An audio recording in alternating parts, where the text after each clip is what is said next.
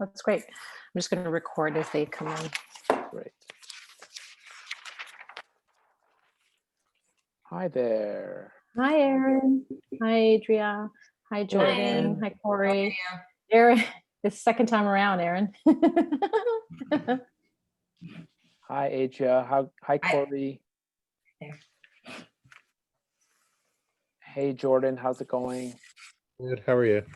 Good. Jordan, you get first place. You were waiting first. He was probably waiting since 7, the poor guy. I just saw his email because I think it said 7, but our class is at 7:30, is it not? Yeah, 7:30 to 8:30. Yeah, but I put 7 by mistake. Sorry. Oh, well, thanks for your patience in that case, Jordan.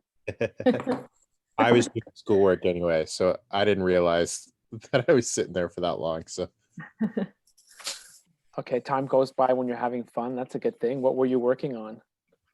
marking kids' work right now. So teach French phys ed. So I was trying to look on some of the kids that are missing work right now. Okay. Well, good luck. A couple culprits. Hi, Hi, Katie. Katie. Welcome to the call. Hi, Meg.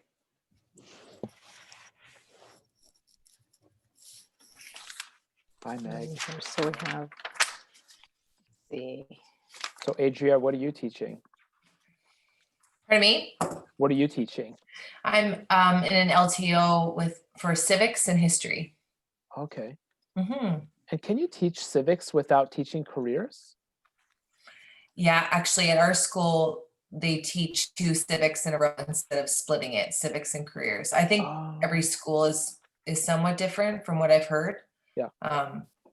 So yeah, I'm filling in for a teacher right now that has had 2 civics courses. So yeah, Okay. it's kind of nice. I feel like for me, like right away I'm learning something, I have to teach it again so I can make those changes and, but yeah, I would be interested in teaching the same students the whole semester, which is the nice option of having careers and civics. Yeah. Oh, a different group. I get it. Yeah, but there's obvious benefits, I guess, to you to teaching the same course twice. Yeah, I think there's benefits to both, but yeah.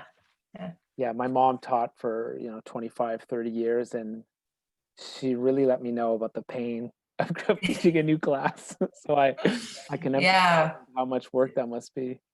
I think it's nice though. You can grow and learn a lot really from teaching, a different course each time, right? Or different subjects, but yeah. For sure. So good. Hi, Vanessa, welcome. Am I unmuted or muted here? No, you're good. Okay. Hi. Nice to meet you in person. Nice to virtually. meet you. Yes. So I've seen your videos so many times. Oh, you did? Thank you. Yeah, there were so many great questions from this group on the Connexus presentation. I love them. They were fantastic. Oh, good. Now I'm trying to remember mine because I did it. Oh yeah, I know. It was a little while ago. I think you wrote, "This is the best presentation I've ever seen." Yeah. OMG. And I'm like, oh, wow, thank you. Must have been me. Yeah, of course. I'm just kidding. We can go back actually to look. Hey, but Angela, can I ask you, what's the number that we're aiming for today before we say start?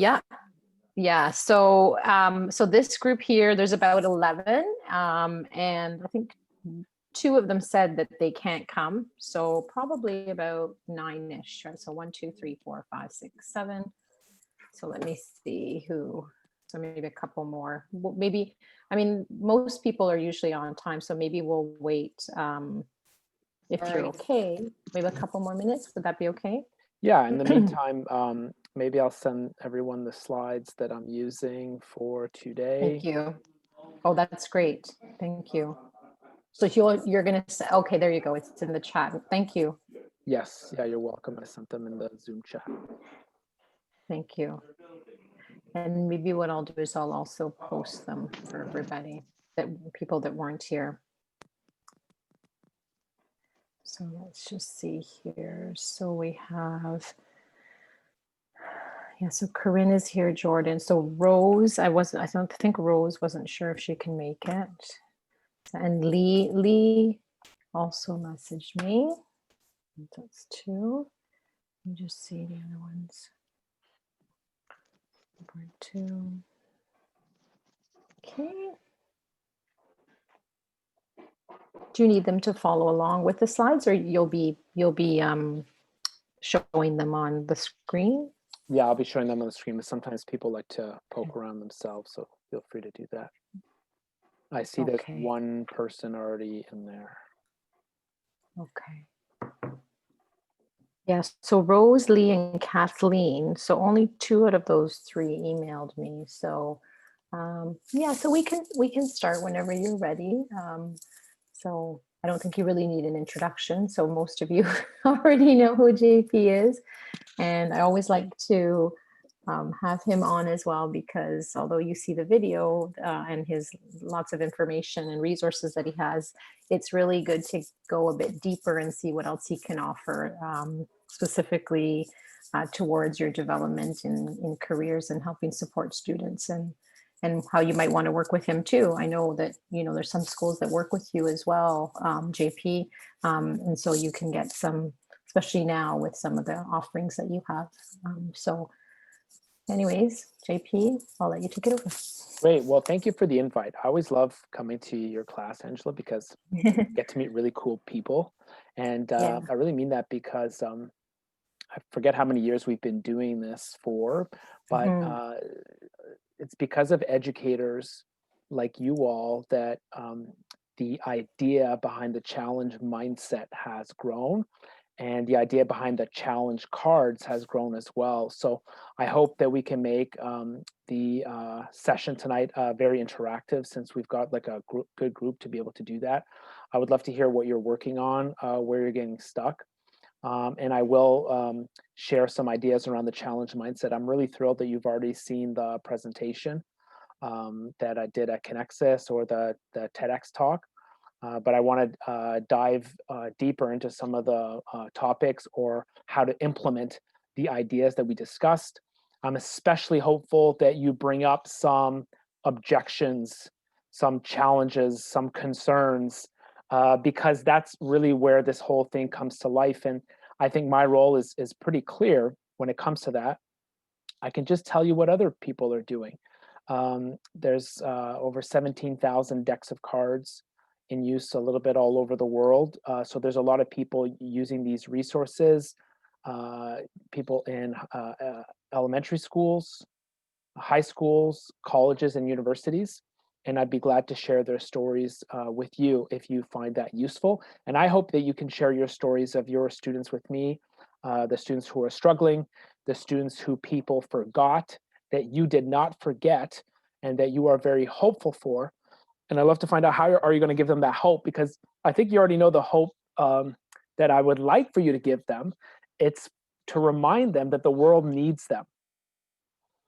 And I think that a lot of the forgotten students that you work with, I say forgotten because I mean like other people have given up on them, but you haven't. Some of the people in their environment aren't sharing that message with them. So they're getting up every day, and they're just trying to go through school, but they haven't realized that the world needs them. Meaning, there are so many problems, challenges, and opportunities to work on in the world. The year 2020 has given us ample examples of things that we can fix. And there's a notion that kids feel in school, maybe even some teachers, but not you on this call. Some people think that only students who do well academically can have great lives, great careers, and work on important problems. Well, it's a big lie. There's no research or data that shows if you have a good grade in this class, you can live a meaningful life or make a difference in the world. So I would love for your help to bring this message to life, so that all students realize that the world needs them. And I think there's a very easy way to communicate that big message and to prove it to them. It's just show them problems to fix. And I think that's the best place for us to start our session today. I'm just going to show you a bunch of problems, and I just want you to tell me which ones you care about. That's what I'll do first. I'll share my screen, and I'm going to show you two problems. And these are my slides, by the way, that I'm using today. If you want to use my same slides in your classroom, feel free to. You have my blessing. But we're going to start with these two problems. Create new artificial intelligence or end extreme poverty. Can you tell me which challenge is more important to you? Which one would you rather work on? Would you mind telling me by using the chat? Just typing out one of these two challenges.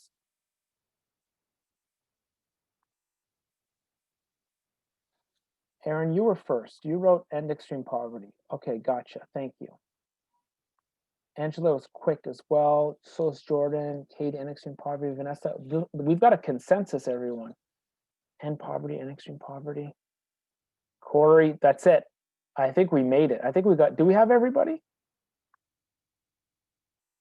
Meg, oh, yeah, okay, thank you. And Adria, okay, good. Well, listen, wow. Everyone's on the same page, pretty easy. Challenge face-off, round one complete. We're moving on to round two. This time I'm showing you two different challenges. Can you tell me again, please? Which challenge would you rather work on? Redesign the healthcare system or improve sustainable energy? Aaron, you've got healthcare this time. So does Corey. Meg has improved sustainable energy. So does Angela. Angela, improve. This is really close. I've got 4-3. Do you guys have the same score? I've got 4. I think it's 4-4. I hope I didn't make a mistake. Who's the tiebreaker for 4-4? Whoa, there's a huge flaw in my game. We've got an even number of people. This is going to be at a standstill. Okay, this is what we're going to have to do. I need one brave soul, a brave volunteer. Can you please tell us why you chose your challenge?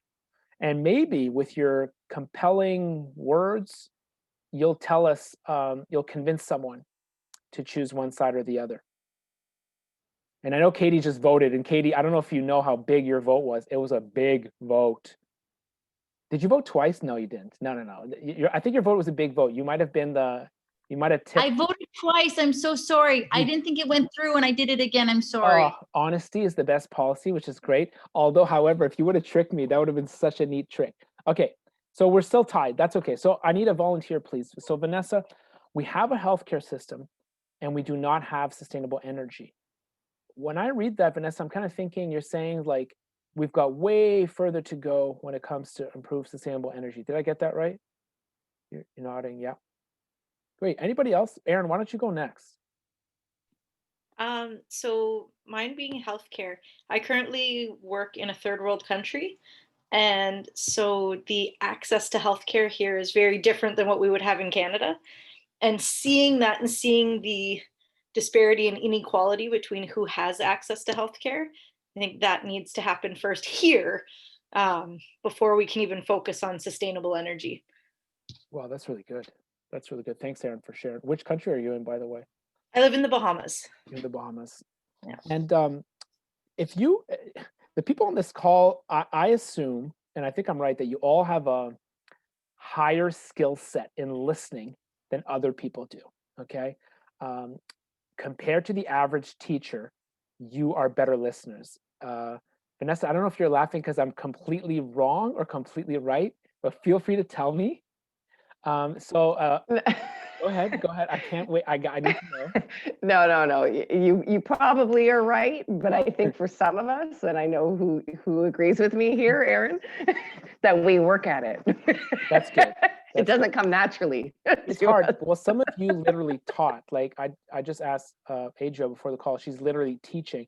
And I gotta tell you, if you love teaching, teaching involves a lot of talking, like the opposite of listening. So it's something to work on, just like you said. I think that was really well said.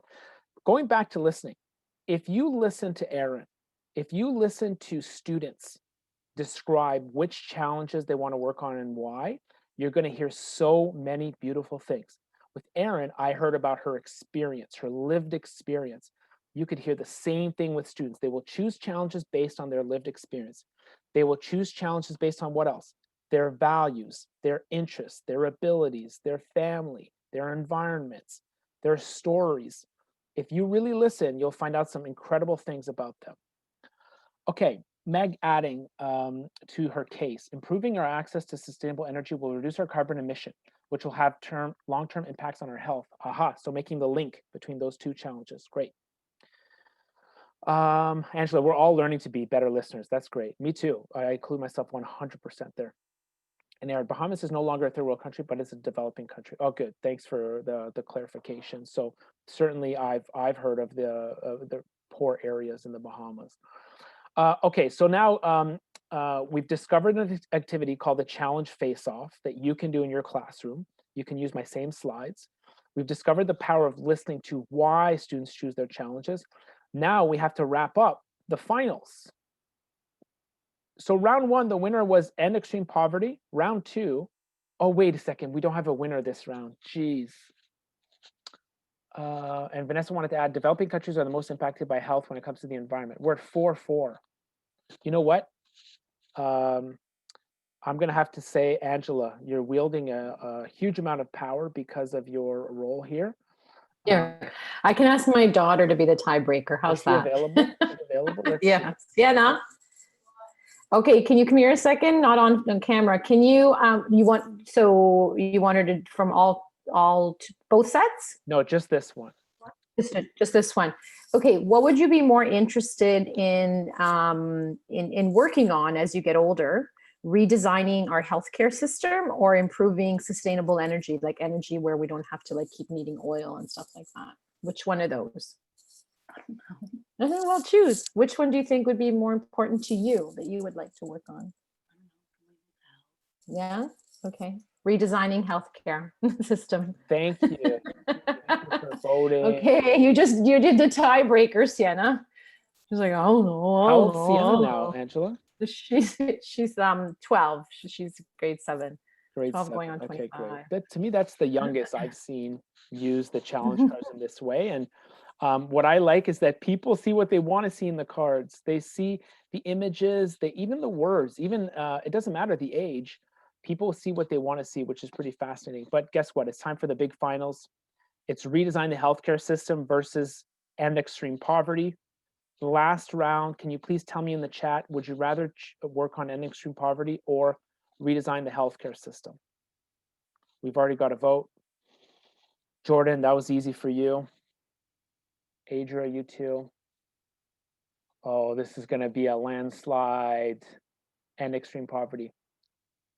Okay, congratulations. That's the big winner.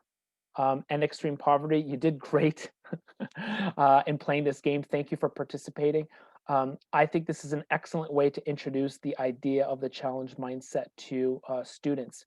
If you'd like to do that, feel free to take on the same activity. Often, I like to share with students that if they don't choose the challenges that they want to work on, someone else will choose for them. Which is to say, a lot of students just go and kind of float, from one place to the other. And there is power in serendipity, in creating luck for yourself. However, it's hard on students to not know, where are they going, why are they going to school? And you've got a chance to unlock that for them by teaching them the challenge mindset. And one simple way I find of describing it is showing that we don't always have to start with what's your favorite class and then kind of like hope that you come to a good outcome. It's possible to show young people exciting challenges to work on first. The companies that work there, the companies that are working on that, who works there, and what did they have to learn to be able to do that? And to me, this is usually the most powerful slide that I show to students because they've never seen it explained in this way. And this helps them see the end goal. This helps them start with why, and it's a really powerful message. So let me stop there. We played a game. We talked a little bit. What questions, comments do you have so far?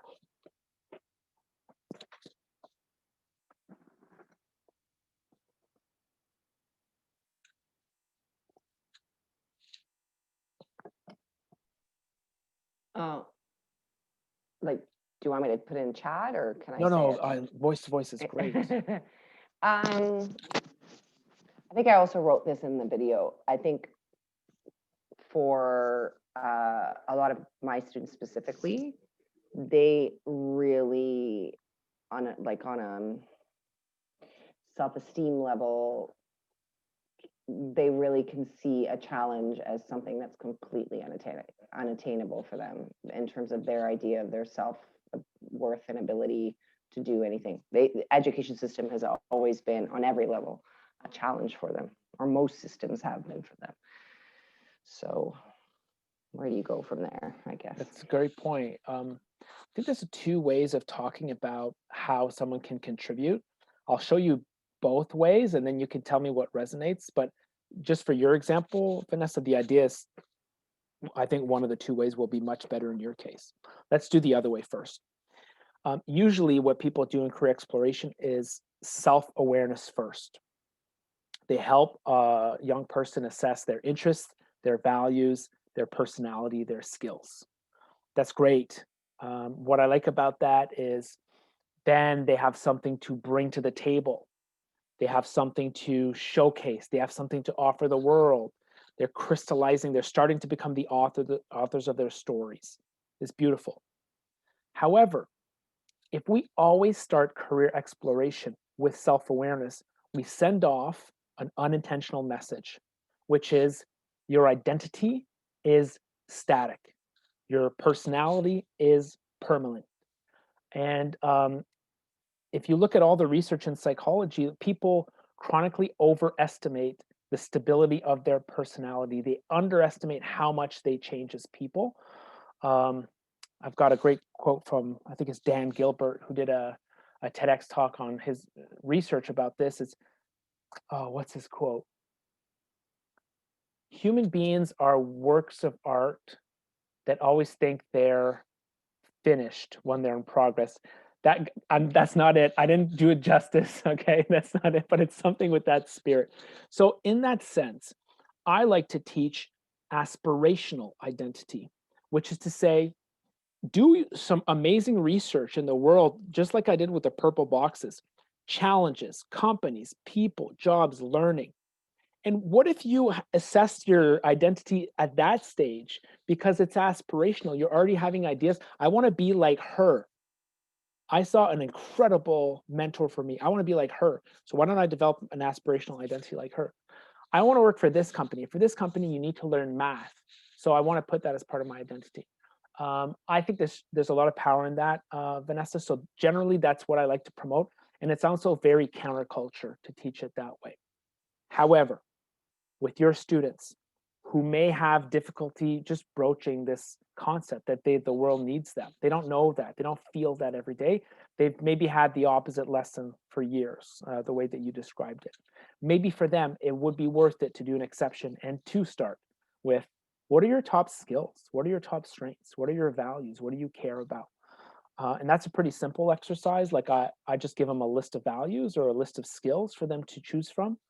And I find that at least gives somebody a little bit of a reason to stand up straight and to say like, oh, I have something to offer to the world. What do you think about that? No, I do like the idea of aspirational now that I think about it more than the other. If I think of, well, actually, I wouldn't even say my students. I think for most people, like, I think teenagers are often, I mean, my students aren't teenagers, they're middle school, but the idea that that we are constantly changing. I always tell my students, I don't even know what I want to be when I grow up. Like, like we can reinvent ourselves anytime we want. Like, and the fact that we're still growing, that's most like, I still am growing. I tell them all the time. So I like that idea of the aspirational part as something to, because I think that's also something that they can, it depersonalizes it a little bit for them, so which makes it easier for them. Because my students, it's really almost impossible for them to see something positive in themselves. Although those personality trait tests were good for them because it kind of also allowed them to like see what they were good at without having to claim it first. It was like somebody else, this machine made the decision for them, sort of thing. So, I mean, there are benefits to both, but I do like that aspirational idea a lot. Yeah. That's great. There's two words that you said I want to touch on, and then I want to open it up to other people to see if they want to weigh in on this, or if they see it similar to us or differently. But the first is reinvention, which I really love that word. And I think you made a great connection between aspirational identity and reinvention. Some of your students will live till 109, right? Some of your students will live to 109. Please, let's not pretend like they're going to do one job for the rest of their lives. So much will change. Let's have some humility about what's coming in the future. When the internet came along, we were asking ridiculous questions. We said, what is an email address? What is the internet? Not because we're stupid, because it just hadn't arrived yet. What is the next internet? What's the thing that we're absolutely ignorant about that's going to change the whole game in 20? We need to be humble about what's coming next. So it's not one thing. So in that context, maybe the best skill that we could teach young people is reinvention. Maybe that's one of the most important lessons that they'll get from you, is that, oh, I can create an aspirational identity. I can work on several different challenges over the course of my life. I can constantly look for different places where the world needs me. In the short term, I can go for what I want, what I think is valuable, where the world needs me, and that'll change. And change is good, because I want to change as a person. I want to evolve. I want to grow and get to work on new challenges. I will not be stuck in the same box. So I think reinvention is really important. So thanks for making that link between the two. The second is depersonalized. Talking about students, what age again, Vanessa, for yours? Mine are middle school, so like 12, 13, 14. 12, 13, 14, okay. University of Western, one of the biggest users of the digital challenge cards. I'll show you the tool that they used. They used a card sort online. They had 1,000 students do the digital challenge cards. So the students were putting on their flag, here are the challenges I want to work on. University of Western Ontario did a career fair, an employer fair, based on the challenge mindset. So instead of just having companies and kind of sell themselves, come work for us, come work for us, what they did is they asked students, choose your top challenges, then come back to our site and see which companies are working on those challenges that you care about. So then the students had a roadmap. They could say oh, this is the impact that I want to have on the world. These are the companies I need to go see. And even at that age, that's older, right, Vanessa? It's 18, 19, 20, 21. They still ran into some similar issues that you ran into, okay? In preparation for this, students were sometimes saying oh, it's, this is tough. Can I really contribute? And they depersonalized. I don't know if it's the same idea as you, but here's how they depersonalized. When they would do workshop with students, they would say, okay, the two students, you chose your top challenge, right? I want you to research their challenge. I want you to research their challenge. Okay, the career leader from Career Services from the university talked about that on the last Spark Path webinar that we did. She explained her approach, and she was describing some of the similar things. People feel pressure. It's hard to do on their own, but when they did it for someone else, it got way easier. So if some of you are going to do this in your classroom, I invite you to do the same thing. You may ask someone else, what strength do you think Amy has that could contribute to this? Oh, Amy's, she's great at reading. And then, that helps them make that connection. So I just wanted you to know that clearly this is going to be harder for you at that age group, but it's also felt at an older age group. And for me, that's done leadership development with adults and career coaching with adults. If I asked someone that's 45, please go reach out to someone you haven't met to do an informational interview, that's also really intimidating for them. They're really scared and they might benefit from depersonalized. Okay, so we just did a back and forth, Vanessa and I. Who wants to weigh in? Do you see it similarly than us, differently? Is this useful for your students? Are your students similar or different? All ears.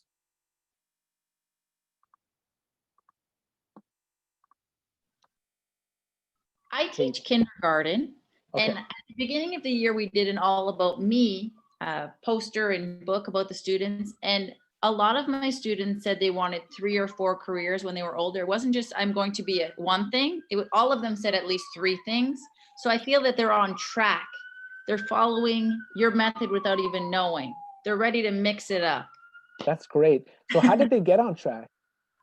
It was really interesting because just they don't limit themselves to anything. Kindergarten, they're just, the sky's the limit, which is really funny. They're going to be a chef. One kid said he's going to be a president, and the reason he wanted to be a president is because his mom said if he became president, he could get a dog. So that's why he chose to be president. And a chef because he likes to cook things with avocados. And then his next job was lawyer. And they all came up with all of these things. And I was thinking, okay, well, we got to pick one thing. This was my narrow-mindedness.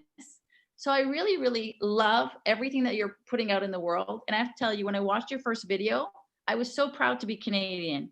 And I'm so proud that it was a Canadian idea that you came up with this. And I really hope the ministry buys it and runs with it and everybody gets to learn what you're doing, because I think it's amazing. So That's very nice. Thank you, thank you, thank you. That's very nice of you, Katie. Well, the next time I go to the Ministry of Education, please come with me. I think it would help. Yeah. Good luck. My phone's ringing in the background. I'm going to go close it. But the question I'd want to launch to the group is just to go back to what you're saying is, and some people ask this on the YouTube channel, is what's the right age to start career exploration? So that's what I want to touch on, but just give me a quick second. I'll be right back.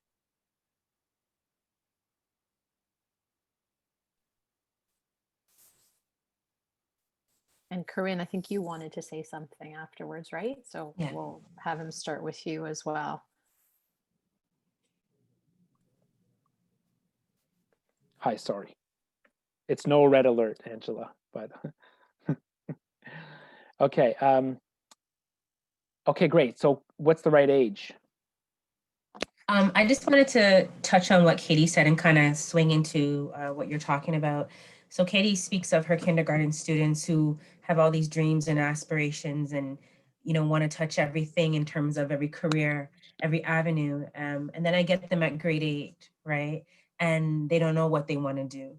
So what happened? How do we reignite that flame, that desire, that passion in that young person at kindergarten who wanted to touch the sky? The sky was the limit. To this grade 8 who doesn't even know what their passion is. They don't even know how to light their fire. How do we get back to that innocence, that explorative type nature in a young person? The way I heard it from Katie and now from you, Karin, the way you say it is like, it's kind of like they lost hope or the belief that they can have an impact, you know? Like, did I hear it right? Yes, absolutely. Absolutely. Their hope has died. Oh, isn't that sad?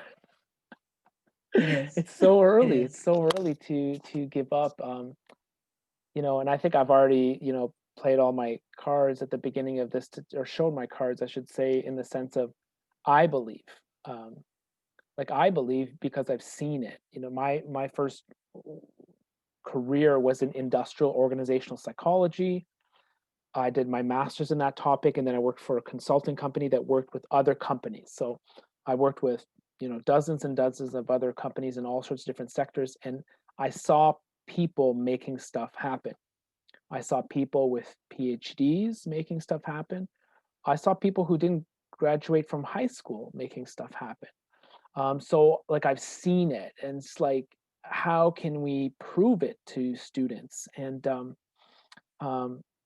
I think that by just showing them a menu of available challenges, problems, and opportunities, that could get them excited, because it just shows them that there's so many things. There's so many ways to make the world a better place. That's one. I also like the idea that we brought up with Vanessa, in the sense of showing them that they have something to offer, and they have something to offer that's unique. I always like, how old are your students? Oh, grade 8. I've got an article I'll send you right now, Corinne, that's really encouraging about like what you can offer to the world. But I think it might be too advanced for your students. But I can't help it. I'll send it to you so that you can judge for yourself if it's something that's appropriate for them or not. Let me see.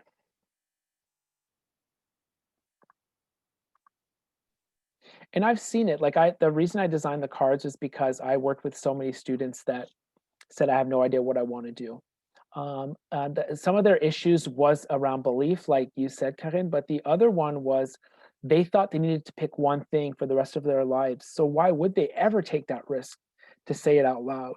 Because it sounds like they'd be locking themselves in. And since they have so little knowledge of what the job actually is or what it means, it's too scary to think that they would have to commit to that for such a long time. So just by breaking down the fact that they get to work on several different things over the course of their lives tends to ease them into making that choice much more easily. Okay, there was a question comment from Jordan.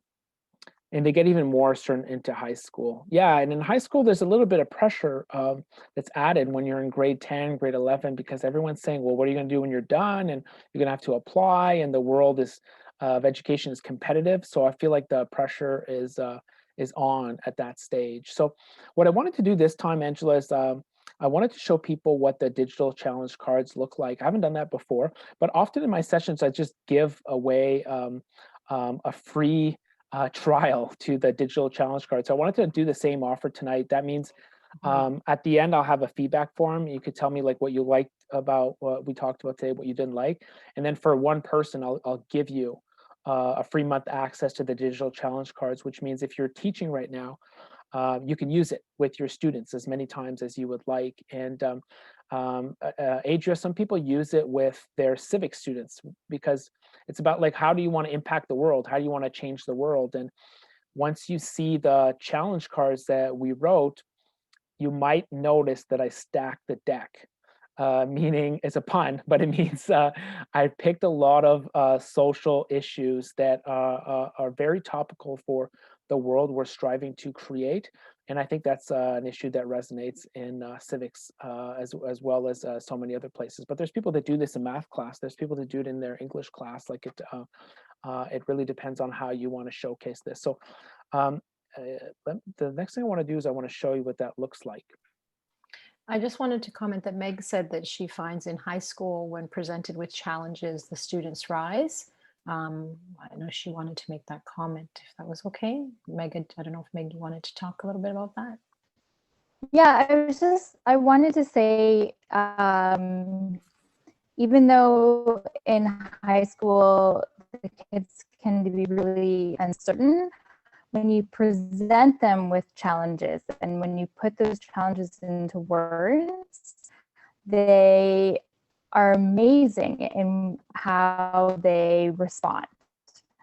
I teach science when I'm not doing student success, and there are so many problems that we talk about in science, especially around climate change, that when we start that discussion and we look at the challenges, the kids have so many ideas of what they can do to make changes, little things, big things, and where those ideas can take them. So I think it's giving them the words, to like putting the challenge into words for them instead of sort of that feeling of needing to figure out how to describe the challenge that they see. Like, I think the challenge cards gives them that tool.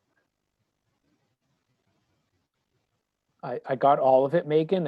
I'm not sure if it cut out at the end, but it's really great the way you described it by the idea of giving them words. And if I can contrast your idea with just asking an open-ended question. What do you want to do? What are you passionate about? What do you like? That's big. That's a scary question. It's very large. Versus the game that we played at the beginning was binary. It's very light. It's this or that. And I think that by giving them examples and, like you said, giving them language, it makes them, it's a little bit easier to react to than those big open-ended questions. So I'll show you what I mean here. The exercise that I'll do now with sorting the cards online will involve putting them into 3 piles. Can you see that, by the way? Is that too small? I think it's good. Okay, not interested, interested, very interested. So, and then you can click on the back to learn more. This is one that you saw already, redesign the healthcare system. Wow, love it, very interested. Promote healthy living, not for me. Advanced health informatics, I'm interested, but not as much. Engineer better medicine, what does that mean? They can look on the back of the card and get some ideas, some sample careers, and learn more about what's going on. And through this exercise, it's just simply saying, yes, no, I like it, I don't like it. You know, this is one of the most popular challenges in all the challenge cards, improving mental health. We're finally talking about that as a society. And then students will go through 53 different challenges. This is my favorite challenge card. How can we foster more understanding and respect in our world? Then it gives an idea of like some really interdisciplinary ways to contribute to this challenge, to kind of blow open their ideas of the linear world. And one thing that you'll notice as well is that there's some cards here that are about the skilled trades, right? Very concrete way. I just want to fix broken stuff. And that will resonate with a lot of students, right? But these are real jobs that have value. Like there's sample careers here where your students can make a lot of money and they can have rewarding careers. And then they can go to the library at night and become intellectual people. There's the stigma that if you're in the skilled trades, you cannot have an intellectual life. I do not believe in that stigma anymore, especially in today's world where access to information is very present. So I'm not going to go through each one of the challenges, but I want to give you a sense of the exercise. People click through and they kind of say what they like and don't like. And there's 53 challenges. And when I said that educators have contributed to this, I started off with 25 and now we're at 53, and it's because of feedback from students and educators like you. And this exercise, the sorting part, takes between 3 and 10 minutes. I find people take twice as long to do the digital version. The whole thing started with a physical version. I should have told you that first. Like a physical deck of cards. Looks like this. And the physical version worked great. I mean, it's tactile, right? And what happened with COVID is that people started adopting the digital version much faster because they really didn't have a choice. Anyways, the digital version ends up taking longer, which I never anticipated. But one of the reasons is because they just don't have us watching over their shoulder. There's less social pressure for them to read quickly. They can actually read the back of the card if they want to. So once they've just sorted really lightly and they're using their intuition right now, right? Now they get to pick their top 3. So what do I really like out of all this? Well, I want to prepare future leaders and protect society from crime. And I want to make something that matters. Those are my 3 choices. And once you click confirm, then you get to dive deeper and it gives you your challenge profile. The challenge profile, I've actually explained to you already. I'll tell you why. It details the process of career exploration that I explained in the talks that you've seen. So first off, it'll show you what challenges that you pick. Do you remember when I asked Erin, like, why did you pick your challenge, Erin? And she explained it. You've got to do the same thing with your students, because them explaining why they chose a challenge, that's where they start making meaning. And their ability to make meaning indicates their ability to be the authors of their stories of their lives. And that's the reinvention skill, Vanessa, that we talked about. So they're reading why they chose, they're reading the challenge, they're thinking about why they chose it. And then it guides them through a research process. Some careers courses, this is the whole curriculum. They're just going through this step by step. For other people in civics, you're not going to do this in civics. You don't have enough time. Maybe you're just going to ask them to do step 5, reach out to someone who's working on an issue that you care about. And then the rest of the profile gives them details about how to do each one of those specific steps. I don't want to go into too much detail, but I hope that gives you a quick overview of like how the process works. And that's what I've been focusing my energy on. Like my story is that I started off as a one-on-one career coach. I made this deck of cards because I had a huge problem. All my students were obsessed with job titles, and I knew that in the real world of work, they were not that important. So I made that deck that you saw, the physical one. I put it on Shopify. People started buying it, and then I focused all my time on that. And now we made the digital version, so I support schools. So we have over 50 schools that are subscribed to the digital version of the cards. They get it from an individual high school or for the school board. And then they work with their students to do career exploration using the challenge mindset. And I meant it, I really will, like if there's someone interested on the call, you could just check yes in this little survey thing that I'm going to send you if you want to have a free trial. That would be great if you wanted to check it out. questions, comments, reactions to what I just showed you?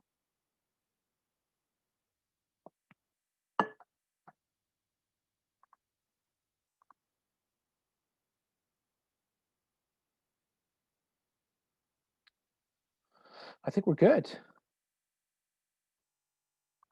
Cool. Quick question. Do you have these cards? Are they bilingual cards? Yes, there's a little button in the top right. You can see them in French. Yeah, and the printed one as well is available in French. Yes, Aaron.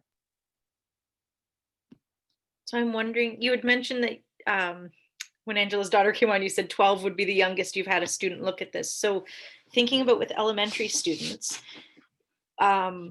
where could you go after the challenge part? Because researching a career may be a little too advanced at that point, or just too much. And I think about, so at my school, we're an IB school or a PYP school, and how we actually approach most of our units is using challenge questions. So we have a unit coming up, it's called Sharing the Planet. And for third grade, the question is, how can you take action for the future of our environment? And, you know, it's a huge question, but we look at a lot of little things with it. And by the end, the students, we actually expect that they take some form of action. So I see these cards, and I remember in the summer as well, I was like, oh, this really connects to how we approach teaching. But what would you see as the next step, I guess, instead of those 5 steps of research? I think that's a good menu for you, Aaron. I'll just throw the question back to you, like, because if you want, I could go like each through each one and tell you like, oh, you could do this for this. But is there one that stands out to you to say like, I really think that they need to be researching this, or I really think they should not be researching this? Because I have to say, like, you're teaching grade 3, like your expertise of working with grade 3 students is way higher than mine. So if you don't mind, let's make it a conversation. Yeah, well, and I guess what I find interesting in third grade is that a lot of students, and it's probably the same as what Katie was saying about kindergarten, they throw out job titles, but they don't know what it means. And I mean, one sticks in my mind, and I'll be honest, I don't even know what I don't know what it does. Yeah. But my kids always are like, oh, I want to be an engineer. And I'm like, what does an engineer do?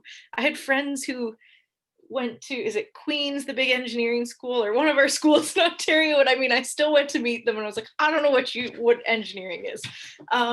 So I think somewhere in there with kids when they're in elementary, it really is focusing on those challenges and focusing on the what they want to do, not what title, but what is it, like actual action wise, that you're hoping to do or to achieve. But yeah, I guess it's making that connection or finding the balance between, once they've talked about the challenge, how do you keep that going? And then that goes into what Corinne was saying about, you know, kids getting to grade 8 and they're like, oh, I don't know anymore. Which I was also thinking, sorry, my mind goes all over the place. But when Corinne brought that up, I thought, you know, as an elementary teacher especially, and I don't know if high school teachers, if you hear this language as well, but I think of how many times, and it's specifically with math, where a kid will be like, oh, this math is really hard, or I really don't get this. And the response from a teacher is, well, if you want to be an accountant, you're going to need to learn this. And I think so by the time they're in grade 8, they're like, well, screw that. I don't want to be any of those things because I don't like math now, because apparently I need this. And I wonder if, you know, if we all change our language of how we speak about things, and it's not, well, if you want to do this, you're going to need to get better at this, because I think that actually discourages them. Sorry, I may have gone off. No, you gave me side note there. You gave me 2 good things to react to. I guess I'll share 2 comments and then ask you another question if you're up for it. I think that exploring what the word engineering means is a fine idea. However, I think the teacher they will get next year will be just as good as you are at doing that. You know, you being here and you having done the research around the challenge mindset just opens up so many other doors that other teachers won't have. So maybe you decide to leave that, the definition of engineering, to next year's teacher, or a little bit further down the line. Although I don't think it would be a waste of time at all. What do you think about, well, first of all, another comment about like you need to have math to study as an accountant. I think there's a more value in showing them the problems they can solve using that knowledge versus the job title. It's so empty. Like, what does like, being an accountant mean? But if you explain that in the future, everything will have the internet, like almost unavoidably, books will have a microchip in them, because microchips are going to be so cheap to produce. And if it becomes socially acceptable, people will have microchips in their books, and the publishers will keep track of where their books are in the world and how their books move. I know that might be freaking you out, but how can we not be freaked out? We're talking about 40 years in the future. We have no idea what it's going to look like. Now, the publisher will have millions of pieces of data about how their books are moving around the world. Who can interpret that? Oh, someone with analytical skills, someone with data analytical skills, someone who understands math formulas and how to interpret large swaths of data. Oh, okay, cool. No job title. I said no job title in that example, right? But I did explain, based on a real world challenge, what's available out there. I'm sure you already have examples like that in the back of your mind. And if you want a ready to pick up example, like I already made like a whole bunch of cards that you can pull up, but you can pull these up and create them yourselves just based on newspaper articles that you find interesting with the same line of thought. So I think there's more value to doing it that way. How will what you learn help you work on the specific challenge, rather than selling them on the job title they don't really know? I had the same experience as you, Aaron, early on. One of the first students I ever worked with, he said, I want to go in business law. And I said, great, what's business law? And he said, it's law about business. And I said, okay, all right, well, that's a good start. Let's dig in a little bit deeper, right? And eventually I realized I need to show them the problems that business lawyers work on, corporate lawyers work on. And that really clicked, I found, for students. Question for you, Aaron, since on the big purple boxes, you already tackled challenges. I told you jobs is not as exciting because other people can do that. What do you think about companies? What do you think about helping young people explore organizations, for-profit, nonprofit, governmental, that are already trying to improve the environment? Well, and I think something I just wrote down when you were talking earlier just was your idea about the career fair. And so we had been talking at our school about trying to put together some sort of career fair from grade 3 to 5. But we were stuck on, what if you bring people in with a title like, hey, we're trying to do this virtually as well, but in this room is going to be a doctor and in this room is a chef. Kids don't know yet necessarily where they want to go listen because there are so many options. And I actually really like the idea of doing challenge cards first and then inviting people. So it would be the companies based on who is dealing with those different problems that the students all identify. So I'm now, I've got to go back and talk with my guidance department about how we can try and tweak it to be more open, I guess, to focus on the challenges. And then, the companies, and there are definitely a lot of companies within Bahamas who are focusing on a lot of challenges right now that would spark the students' interest, but I never actually thought of it that way. Like I didn't connect the two, I guess, when I thought of how we could use those cards in class versus let's set up your traditional career fair with people coming in with their job titles. So that, Did you want to react to that, Vanessa? Yeah, I mean, I think it's a great idea in theory, but what I think I would find challenging around the company part, or I'd find challenging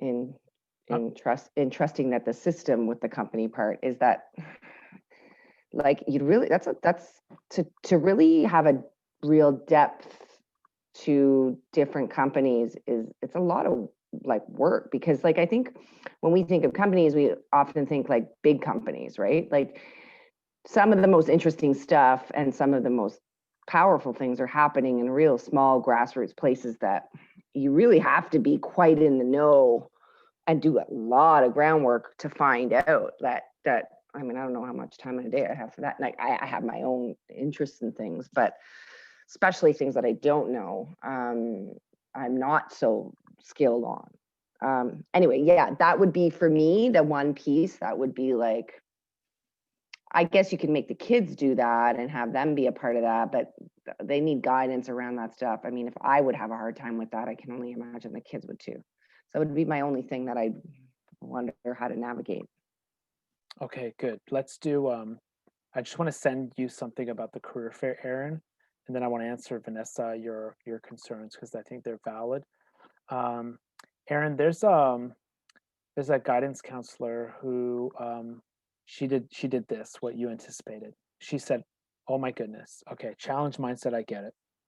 If I keep doing the same career fair, I'm asking professionals to come sell their job titles to kids, and the professionals will think, oh, I'm here to sell my job title, even though their job title has changed so many times and it's going to change.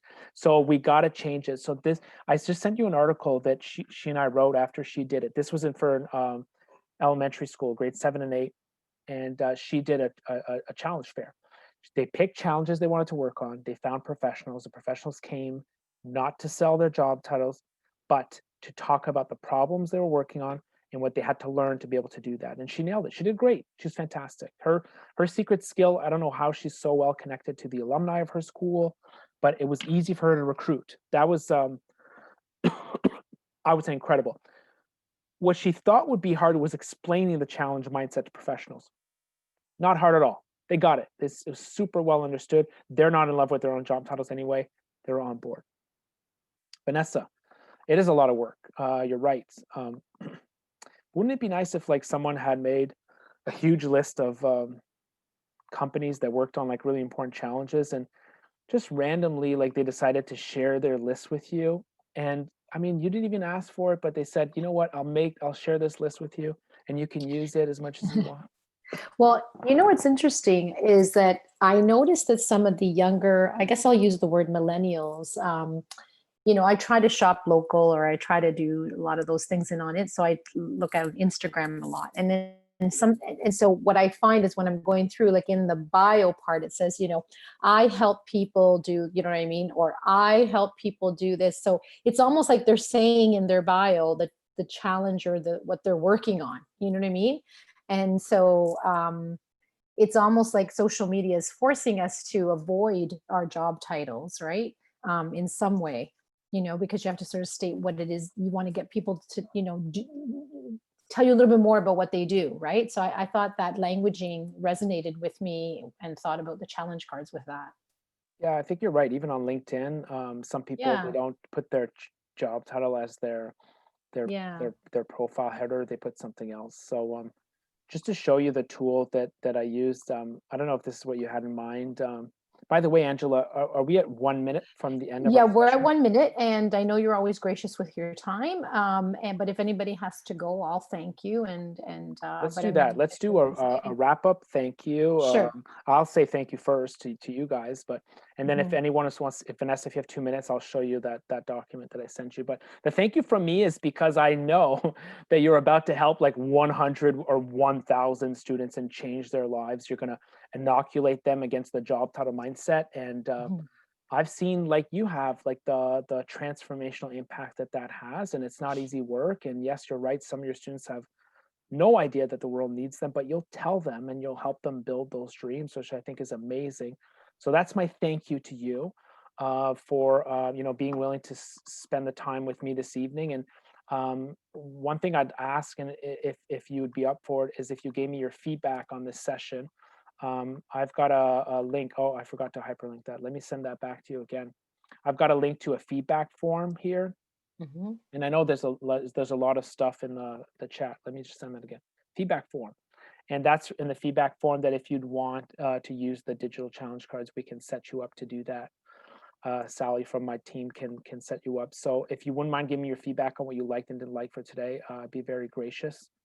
So thank you. And thank you, Angela, for inviting me. Always a pleasure to have you here. I always still learn more ways of, oh, okay, maybe I'll do it this way this time with my students. So thank you always for your time, and thank you everybody. I did post a little blurb in the course profile to thank you for your kind presence every week. And also, this is the last day of the course, just so you know, JP. So you were the honorary last person. So thank you very much. I'm going to keep the course open till the end of December for anybody who needs extra time. If you are done all your assignments, I promise I will get your feedback to you by the end of the weekend. I already started some of it. And yeah, just good luck with anything. If you ever, want some tips on how to, interview for guidance or anything, or if you have any questions, always feel free, my email. But really has a pleasure. And, and taking a professional development course in the midst of a pandemic, in addition to all of the learning curve you have to do, I think says a lot about who you are and your dedication as educators. So thank you. And it was a pleasure meeting you all. Yeah. So all the best in your career. Okay. Take care. Thank you. And if you want to stay on, you can. GP, maybe just a couple minutes, because I know you also are busy. If anybody has any questions. All right. Thank you. Thank you. Bye. You're welcome. You're welcome. Bye. Bye. You're Thank you. welcome. Bye, Erin. All the best to you, Erin. It's nice to see you in part 1 and part 2. Please send me pictures. Send me pictures. I will, you know what? It's funny. Okay. I had planned to do part 3, and now I'm realizing, Yeah. nope, I'm going to be able to. Maybe in about 7 or 8 months. Maybe when that is all done. Okay. And the one thing I just wanted to say, JP, what I really appreciated this again. I feel like I actually, maybe it was just hearing things a second time. I feel like I got a little more out of it this time, or because it was summer, maybe just not having my head right in the game in the summer. Yeah. Were you at the cottage in the summer? Is that it? Were you at the cottage? I know. Okay, because I would have blamed it on your cottage. Not at the cottage, but what's funny is when you just started today, and as soon as you said, I went, that's where it came from. So in my agenda, this is total nerd, but in my school agenda, the first day of school for us, I have written, "The world needs you." Oh, Nice. And I put that there to remind myself to tell my kids that on the first day, that like, let's start out, you need to know that. And I remember the first day getting to that, and being like, what was that from? now you know. Like I knew it was important, but I was like, I can't remember where I've heard this or why this stuck out, but I had written it there. Like, make sure you ensure the kids that they know that the world needs them. That's great. Did you tell them? Yes. Oh yeah. Great. So they've got that, but now I can go back and say, hey, remember what I said the first day of school? That's remember great. Well, that. thanks for sharing that with me. That's really sweet. Nice to meet you. Let's stay in touch. Yep, absolutely. Thanks. Bye, See you later. Bye, Erin. All the best. All the best. Thanks, Jordan. You win now, Jordan. First here and then last here. And last. I mean, that's really good. Oh, wait. Unmute yourself, Jordan. Unmute yourself. There you go. I was copy and pasting all the links that you sent because I wanted to make sure that I kept them. So, oh, good. Well busy. done. Thank Yeah. you Nice so to much. meet you. This is I've got great. a couple of them too. Oh, And, good. Thanks, Jordan. And thank you, Angela. You're welcome. You'll probably see a rush of assignments at the end. Not a problem. Not a problem. It's totally fine. I'll keep the course open till the end of December, right? So ideally by the end of December, just so that I can get it to show on your AQ certificate. I mean, on your OCT certificate. Otherwise, they take forever. I think I only have the culminating task left. Anyways. Okay. Okay. Good. All right. I'm one of the people on track right now. Yeah. Okay. Good. Well, I look forward to it, and it's been a pleasure. I learned from you a lot as well. So thank you for all your sharing. Take care. Take care. Bye bye. Okay, Angela, thanks for the invite. Thank you. Okay, all the best. I was wondering that call, what it might have been. So No, it was okay. Okay, well, keep me up to date too. Yes, I and will. I'd love to see a picture. I mean, you'll probably post as well, but I mean, I'd love to. So all the best to you and your family. And thank you. I hope you have a great holiday and a well-deserved you. break. I know you worked really hard this fall. Thank you. Enjoy it. Thank you. All right. Okay, you take care. Take Enjoy care. Bye. Bye-bye. Bye.